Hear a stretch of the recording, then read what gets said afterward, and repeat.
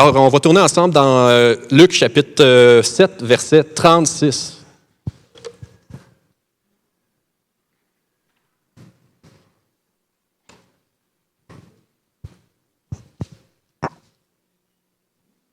Pendant qu'on tourne, j'aimerais demander à mon fils Nathan de venir donner son témoignage.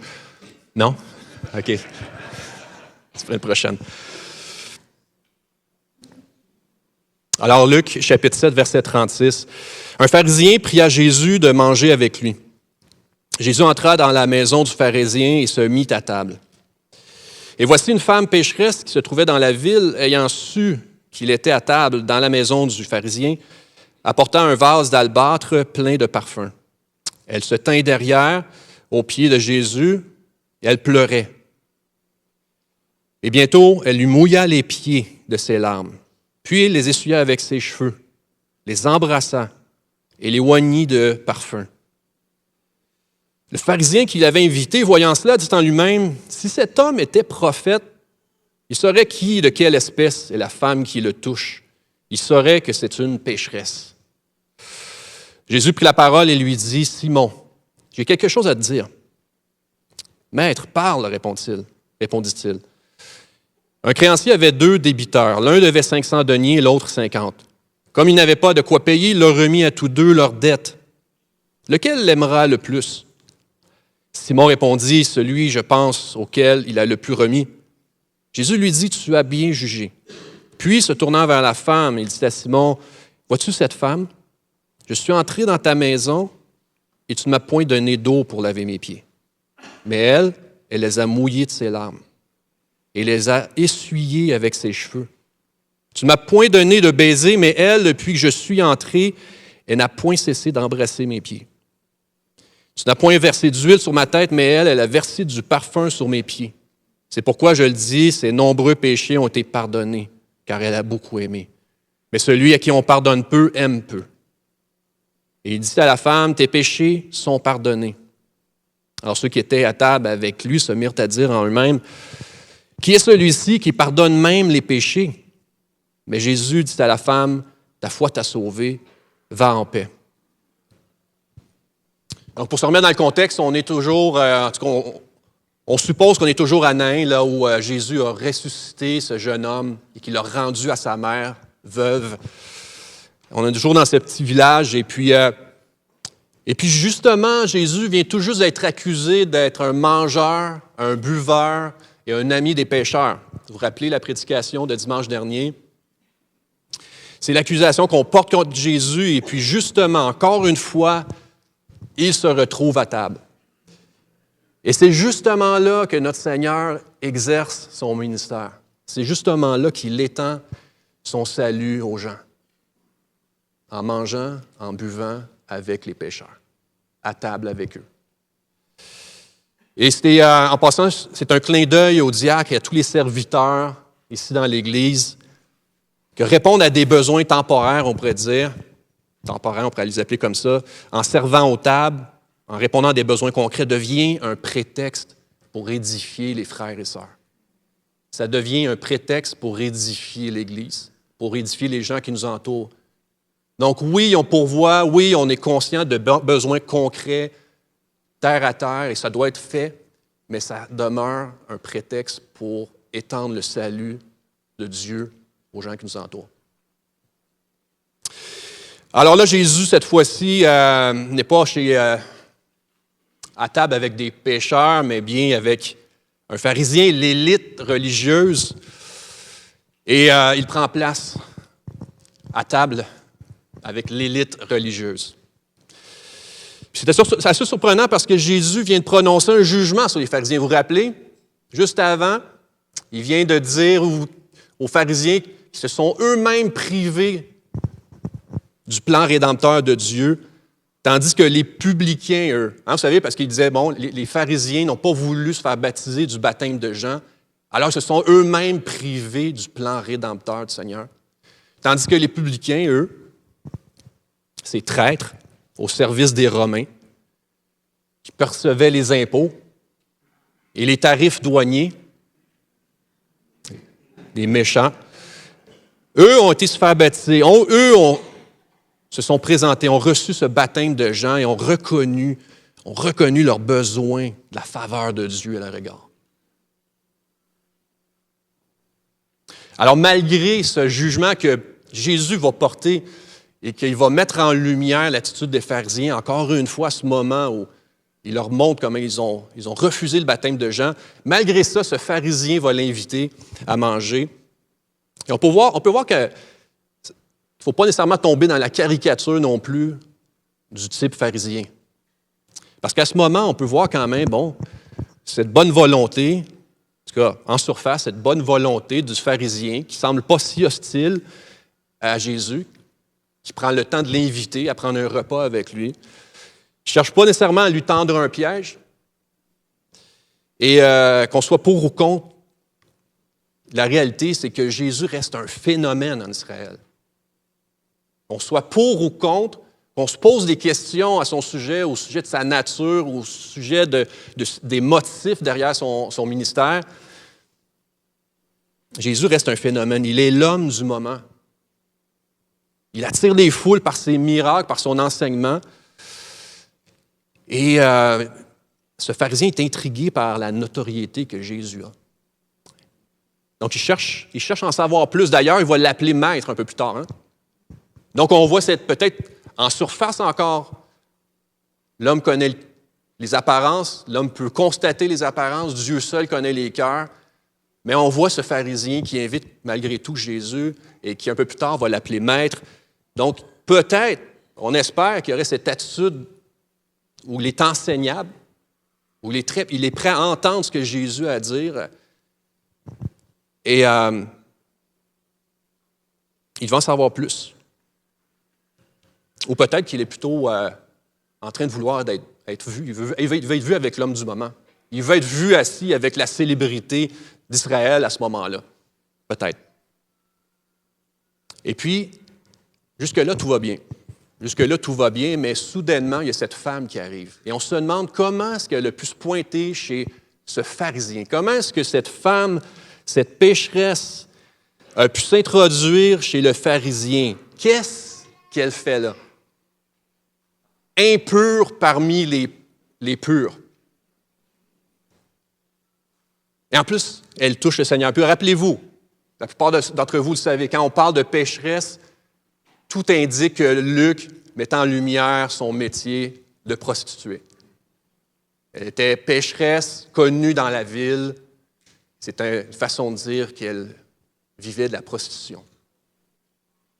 Qu'est-ce qu'elle fait chez ce pharisien? On peut s'imaginer la voir s'introduire en douce, parce qu'on voit un peu plus tard qu'il y a toutes sortes de convives qui sont là, qui sont présents à table. Et elle-même entend dire, remarquez la suite des événements, elle entend dire que Jésus est à table.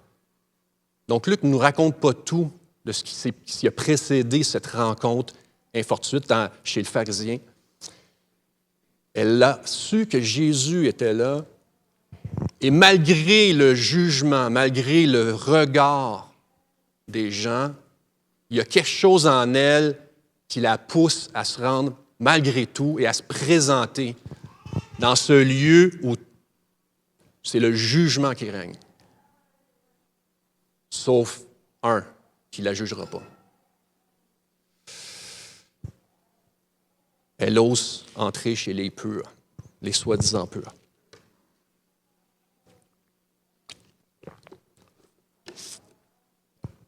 Et les gens sont choqués. Les gens sont choqués de voir cette femme s'introduire, de voir cette femme prendre place parmi les saints, parmi les purs, parmi l'élite.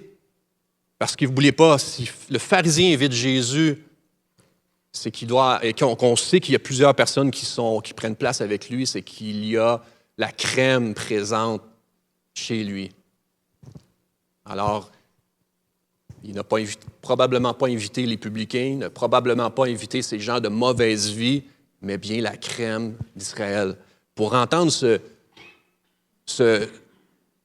prophète peut-être, ce maître, cet homme qui se présente comme étant envoyé de Dieu. Maintenant, quel est le... Donc, on comprend un peu tout le contexte ici de cette arrivée et puis de la femme qui se met à faire quelque chose d'absolument impensable. Elle, pécheresse, elle, impure, se met à toucher le Seigneur. Elle se met à pleurer. Elle est brisée au pied du Seigneur. Ses larmes coulent. Elle est en sanglots parce que, entre vous et moi, si elle arrive à laver les pieds de Jésus, c'est qu'elle doit être en sanglots. Elle ne verse pas 2-3 larmes. Donc, cette femme est brisée. Donc, on sent qu'elle a fait la rencontre avec le Seigneur avant de se présenter. Est-ce qu'elle est en train de pleurer sur ses péchés? Je crois qu'elle est plutôt brisée de voir l'amour du Seigneur pour elle, parce qu'elle l'a déjà rencontré une première fois ou à plusieurs reprises. Et elle s'empresse à venir, à aller à lui, malgré le jugement, le regard accusateur de tous. Elle est brisée. Elle lave ses pieds. Elle embrasse ses pieds. Elle a ce parfum qu'elle verse aussi. Alors, j'ai une question pour vous maintenant. Quel est le verset central du passage qu'on vient de lire? Quel est le verset central du passage qu'on a lu?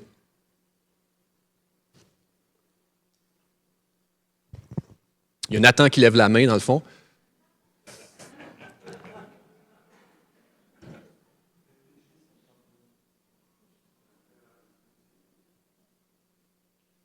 Lequel le plus aimé? Verset 42. Verset 42, en plein milieu du passage. En plein milieu du passage qu'on vient de lire, on a ce verset 42 qui dit 3 choses. Comme il n'avait pas de quoi payer, il leur remit à tous deux la dette, leur dette. Lequel l'aimera le plus? Alors Jésus raconte cette histoire, cette parabole à Simon. Et il lui raconte, il l'aborde tendrement, avec douceur. Il l'appelle par son nom, Simon. J'ai quelque chose à te dire. Parle, maître, parle.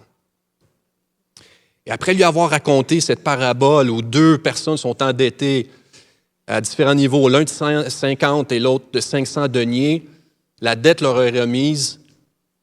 Comme il n'avait pas de quoi payer, il leur remit à tous deux la dette. Lequel l'aimera le plus? Alors, premièrement, on va s'attarder sur ces 3 portions du verset 42. Comme il n'avait pas de quoi payer.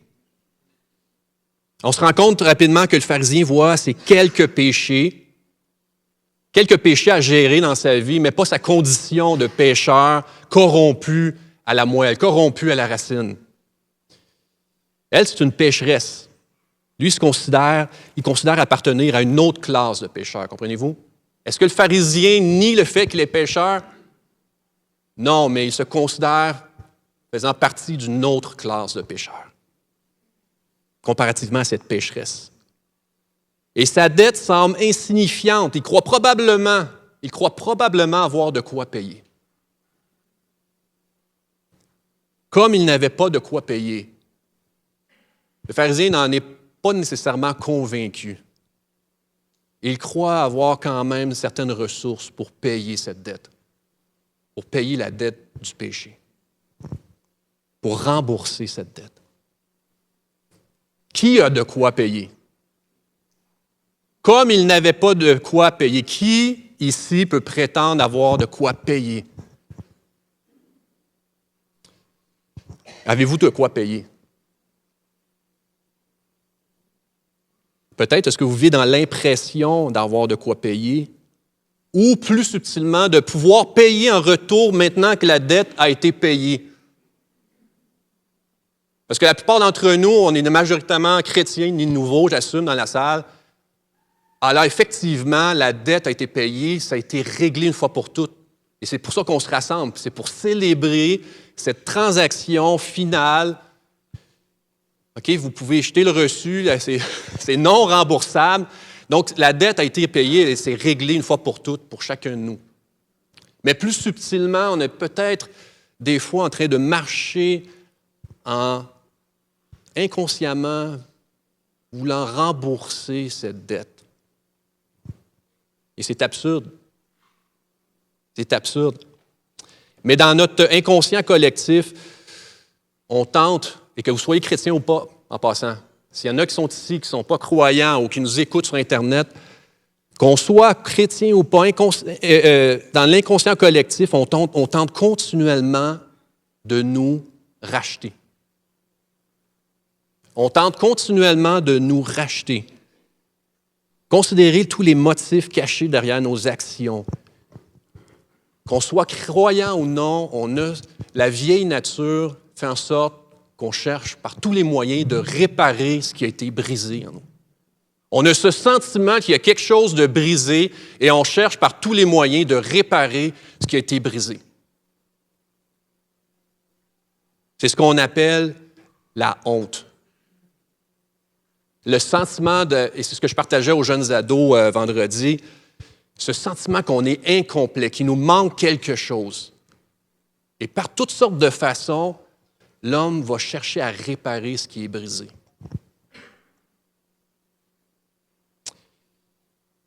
La différence entre le croyant et le non-croyant, c'est que le croyant réalise que tout ça prend son origine dans une offense à l'encontre de Dieu. Ce que le monde nous enseigne, c'est réglons le problème du mal. Tout le monde est d'accord là-dessus. Tout le monde est pour le bien. Réglons le problème du mal. Donnons-nous les moyens de freiner le mal. Mais le chrétien va ajouter ceci, ce qui fait toute la différence. C'est que ce mal est une offense contre Dieu. C'est qu'au départ, ce mal est une offense contre Dieu.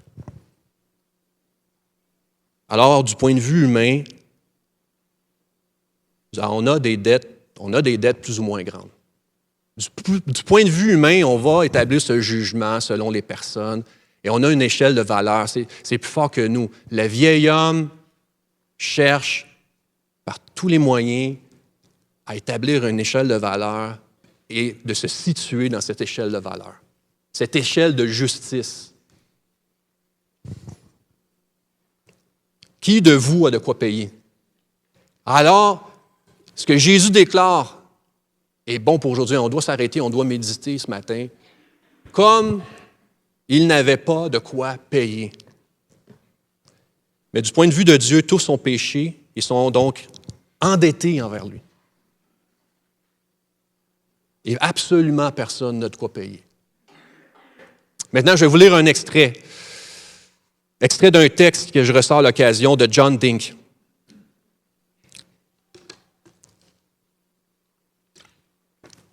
Jésus n'a pas honte de vous préparer une place dans la maison de son Père. Il aime partager sa récompense avec les pécheurs. Mais certains cherchent à échapper à leurs besoins de la grâce et nous trompent en abaissant le coût de la justice de Dieu. Ils prêchent une loi à bon marché qui vend des indulgences à ceux qui paient avec ce que l'apparence de la sanctification. Mais la loi de Dieu, la loi coûteuse, ne négocie jamais avec les pécheurs. Elle est sainte, juste et bonne. Mais elle n'est pas patiente avec ceux qui enfreignent la loi, elle n'est pas tendre avec les impies, elle garde toutes les traces de leurs manquements. Cependant, nous ne devons pas craindre cette loi coûteuse, car Jésus a proclamé qu'il paierait lui-même notre passage à travers le flot d'exigences. Amen. La loi à bon marché affaiblit l'exigence de perfection de Dieu et ce faisant redonne la vie à la vieille créature et à sa quête d'une justice qu'elle s'est forgée lui-même. Ce que je vous dis, c'est que ce qui ne la tue pas, la vieille nature, la rend plus forte. En abaissant la barre, on permet au vieil Adam de jeter un coup d'œil sur la terre promise. Il permet à la chair de survivre en se rebellant dans une forme de piété extérieure. Et c'est une cachette parfaite pour le vieil homme. Nous ne passons pas à réprimander une créature aussi morale et bien élevée. Mais la loi bon marché offre de la miséricorde au mauvais endroit. Elle offre la miséricorde à ceux qui sont offensés par le don. Elle crée un peuple très zélé, mais qui ne connaît pas la question « Que ferait Jésus ?» Alors voici la réponse qui coûte cher. Jésus ferait tout parfaitement. Et c'en est fini pour vous. Le Père ne vous prépare pas à remplacer son Fils bien-aimé. Il annonce qu'il y a une bénédiction pour ceux qui s'abritent en son Fils bien-aimé. En d'autres termes, la loi à bon marché laissera toujours la chair pervertir la sanctification en un processus où l'on a de moins en moins besoin de la grâce. Ne voyez-vous pas? Le vieil homme n'hésitera pas à revenir à l'ancien système. La loi de Moïse est plus que ce que vous pouvez vous permettre. Le Fils de Dieu n'a pas épargné, le Fils que Dieu n'a pas épargné n'a pas de prix. La grâce que Jésus donne est gratuite, c'est tout ce qu'il y a. Mais la loi à bon marché nous pousse à chercher un moyen de lutter contre notre pauvreté. Seule une loi coûteuse mettra fin à cette recherche. Elle vide nos poches, elle ouvre nos mains, révélant ceci. À moins que l'expert religieux ne devienne un mendiant, le royaume ne lui sera pas donné. Jésus a terminé le travail et mis le vieil homme, le vieil Adam, définitivement au chômage. Nous n'apportons rien dans nos mains et Jésus nous donne tout. Tout. Parce que vous n'êtes pas sous la loi, mais vous vivez maintenant sous le sourire de Dieu, l'endroit où le bon fruit pousse. Et c'est cela l'Évangile. Il nous tue avec bonté, il nous met à mort et il nous ressuscite pour une vie d'amour désintéressé.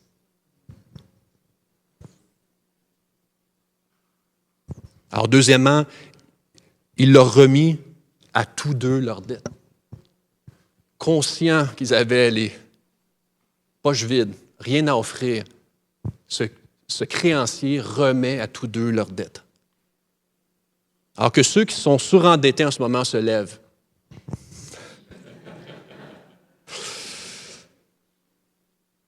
Comment vous sentiriez-vous si j'avais le pouvoir d'annuler vos dettes sur le champ? Certains parmi vous, peut-être, vous croulez, comment on dit crouler sous les dettes? Vous vivez, vous traînez ce fardeau pour toutes sortes de raisons. Imaginez qu'en ce moment même, en un claquement de doigts, j'effaçais vos dettes. Toutes vos cartes de crédit sont payées. Votre hypothèque est payée. Il vous reste juste à payer votre abonnement Netflix. Imaginez soudainement, en un instant, toutes vos dettes payées. Toutes. Quelle liberté. Vous sentiriez léger, non? Bien, le pharisien, dans cette rencontre qu'il a avec Jésus, on voit déjà qu'il se trompe tout à fait sur toute la ligne, sur le caractère et la mission de Jésus. Parce que Jésus lui-même a autorité, a pouvoir pour pardonner les péchés. Luc 5, on l'a vu il y a quelques semaines, nous dit « Or, afin que vous sachiez que le Fils de l'homme a sur la terre le pouvoir de pardonner les péchés, je te l'ordonne, dit-il au paralytique, lève-toi, prends ton lit et va dans ta maison. » Donc, ce qui est intéressant ici, c'est que le paralytique pardonné n'est pas appelé à rester là, un peu comme celui qui est délivré de démons qui vivaient dans les sépulcres, vous vous rappelez? Alors, le paralytique n'est pas appelé à un Hallelujah Party avec Jésus, quoique oui, il va rendre grâce à Dieu, il va éclater de joie, mais Jésus dit, prends ton lit maintenant et retourne chez toi. Qu'est-ce que vous pensez que cet homme-là va faire en chemin? Hein? Oui, il va raconter son histoire. Il va raconter les bontés de Dieu pour lui. Il ne parlera pas d'une philosophie ou d'une révélation bizarre. Non, il va parler de ce que Dieu a fait pour lui, comment Jésus a été bon pour lui. Alors, paralytique, lève-toi. Mais maintenant que tu es levé, prends ton lit et retourne à la maison. Retourne parler de ce que le Seigneur a fait avec toi. C'est comme cet homme qui a été délivré d'un paquet de démons. Il veut rester avec Jésus. Jésus dit non, retourne dans ta patrie. Retourne dans ta patrie. Hey, c'est ça la formation de disciple en passant. Jésus, cet homme a connu Jésus, a connu le Seigneur, il repart avec son lit et chemin faisant, il raconte aux autres comment Dieu a été bon vers lui. Comment il était surendetté et que le Seigneur a complètement clairé sa dette, a complètement effacé cette dette.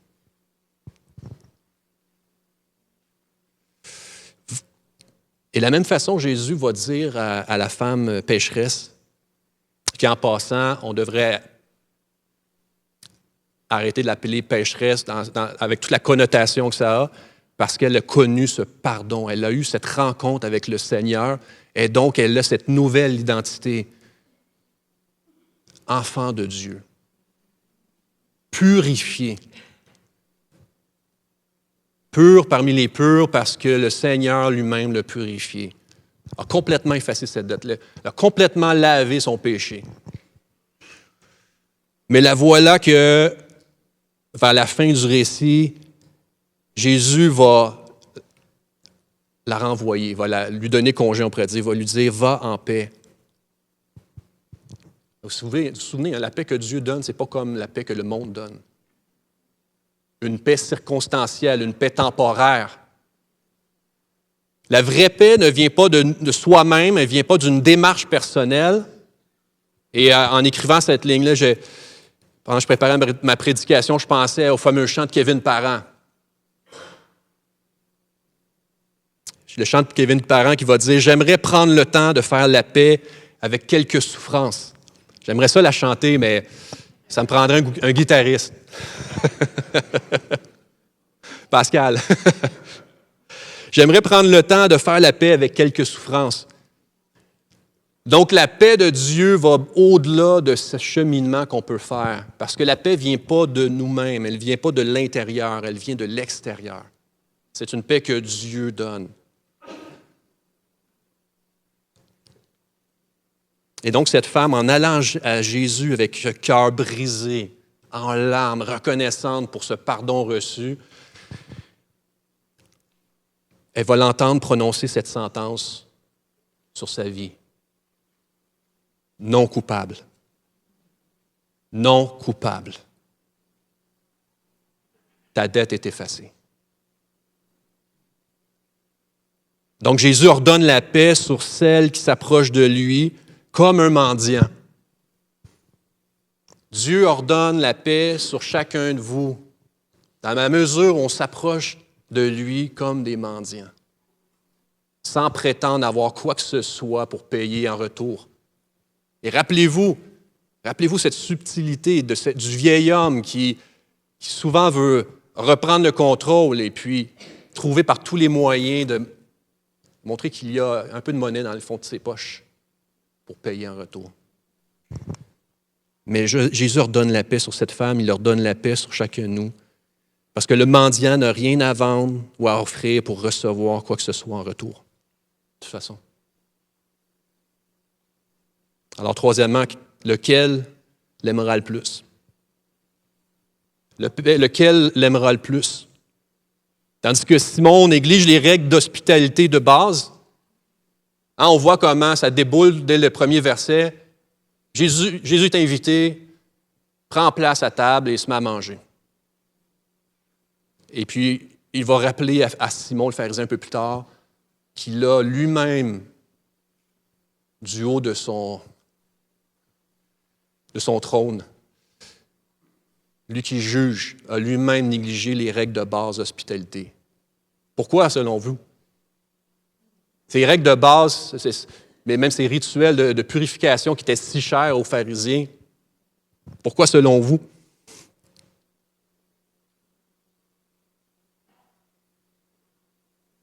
Peut-être qu'il voyait le Seigneur d'égal à égal. Peut-être qu'il le voyait comme un conseiller. Est-ce que Jésus est simplement notre conseiller? Oui, il est notre conseiller, mais il est plus que ça. Il est plus que simple conseiller pour nous aider à gravir les échelons de la sanctification. Il est lui-même notre justice. Jésus est lui-même notre justice. Alors, Simon va négliger ces règles de base d'hospitalité de l'époque et on remarque comment cette femme, au contraire, va aller plus loin. Dans une démonstration d'amour extravagant, elle va aller plus loin que les règles de base d'hospitalité de l'époque. Quand normalement on présente la bassine d'eau à nos autres, elle va laver les pieds de Jésus avec ses propres larmes et elle va les essuyer avec ses cheveux.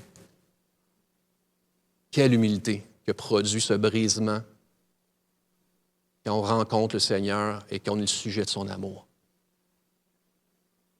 Elle va aller encore plus loin. Au lieu d'offrir ce baiser d'accueil, Elle va embrasser les pieds du Seigneur continuellement. Et au lieu d'offrir un peu d'huile, comme c'était la coutume à l'époque, un peu d'huile d'olive peut-être, pour se oindre la tête, elle va verser ce précieux parfum. Essayez de considérer le prix. Non le prix pour un remboursement, mais un amour débordant pour un sauveur qui l'a déclaré non coupable et qui a remboursé complètement sa dette. Alors, comment l'aimer plus? On peut se poser la question ce matin, comment l'aimer plus? Considérons comme, je ne me souviens plus qui disait ça, mais considérons la laideur de notre péché et la grandeur de l'amour de Dieu pour nous. Rappelons-nous qu'on n'a absolument rien à payer pour payer en retour. Alors cet amour démontré par la femme pécheresse est le résultat de ce don gratuit de Dieu pour elle. Alors une fois de plus, en conclusion, une fois de plus, Jésus vient choquer le religieux. Jésus, et si on est à son écoute, Jésus va venir continuellement choquer le petit religieux en nous. Sinon, il y a quelque chose qu'on a mal compris. Continuellement, le Seigneur vient choquer et vient vraiment nous dépouiller de notre justice propre pour qu'on s'en remette complètement à lui. Il vient choquer le religieux. Écoutez, on l'a vu il y a 2 semaines, quand il va admirer la foi du centenier et il ne dit rien à propos des Juifs qui l'entourent. Hey, c'est pas choquant, ça? Et ensuite, il va justifier la pécheresse et on ne dit rien à propos de Simon. On ne connaît pas la fin de l'histoire. Hein? Le chapitre se termine comme ça, et puis Luc ne nous en dit pas plus sur ce qui va arriver de ce Simon le pharisien. Mais ce qu'on sait, en tout cas, ce que Luc nous enseigne, c'est qu'il renvoie, qu'il dit à la femme pécheresse, va en paix, mais pas un mot pour Simon. Et on espère que Simon a reçu cette instruction, qu'il n'a pas simplement dit « parle, maître du bout des lèvres », mais qu'il a vraiment été à l'écoute, qu'il a vraiment été saisi parce que le Seigneur lui a dit. Alors, j'invite vraiment tous ceux qui vivent, peut-être écrasés sous la dette de leur péché, peut-être que vous n'avez jamais remis cette dette au Seigneur. C'est le moment de le faire aujourd'hui. Et pour ceux qui marchent avec Dieu depuis de longues années, rendez grâce à Dieu qu'il est doux. Rappelez-vous les paroles qu'il a eues pour Simon, qui ne semblait pas nécessairement le meilleur ami de Jésus, mais il est venu justement aimer ses ennemis. Il est patient envers nous. Et puis, vous savez ce que ça produit? Ça produit dans nos vies un amour gratuit. Parce que culturellement, on connaît tous un peu ce dicton avec tout ce qu'il a fait pour moi. Je peux bien lui faire ça. Hein, ça dénote quoi, ça, cette pensée-là? On est toujours dans une transaction. Le Seigneur vient de façon contre-intuitive briser ce système de transaction. Ta dette est réglée. Maintenant, va faire grâce aux autres. Alors, Seigneur, merci de nous révéler encore une fois ce matin ce don gratuit. Merci de nous révéler encore combien tu as tout payé parce qu'on n'avait absolument rien pour régler cette dette. Merci de nous presser par ton amour.